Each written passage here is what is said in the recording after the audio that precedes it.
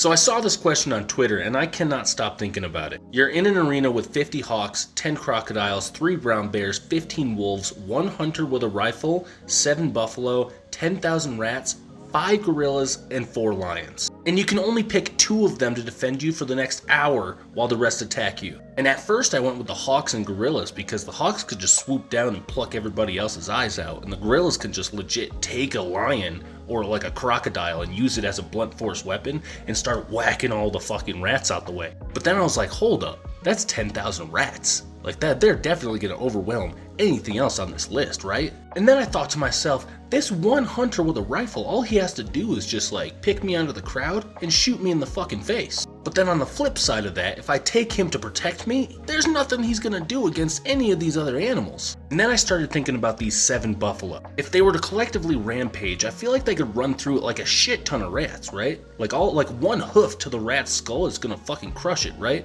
But could they run through 10,000 before those 10,000 overrun me? Straight up, these 10,000 rats might be like the biggest issue here. Honestly, I might have to take them just to get them off my back. But then it was at this point that I really started going down a rabbit hole. Cause whatever you choose, I'm assuming you have like a telepathic bond with them so you can like control them however you want, which would imply they're like way smarter than the regular versions of any of these animals. Like they're capable of like uniting and working together. Like that, teamwork is not necessarily a thing that happens in the animal kingdom a whole lot. I mean, the closest you'd really get is the 15 wolves. They might work together, but the rest of these animals typically wouldn't work together. But if they are united enough to know that you are the enemy and not to attack each other, that implies that they're at like a certain level of intelligence, right? And that level of intelligence is like way higher than what it normally is, yeah?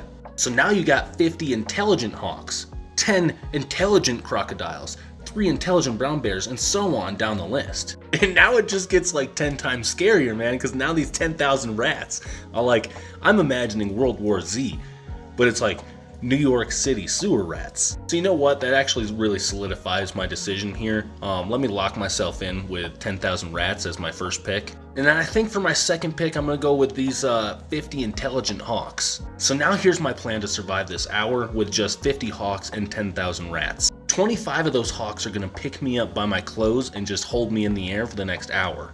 The other 25 hawks are gonna be busy gouging out the eyes of the rest of the animals. Meanwhile, these 10,000 rats are going through biting Achilles tendons and immobilizing any of these animals that have Achilles tendons. And amidst all the chaos, I actually forgot about this hunter with the rifle, and he starts picking off the hawks that are carrying me. This man's trying to get me to die to fall damage, but it's not going to work. Because the moment he takes out one of my hawks, I'm sending the full force of these 10,000 rats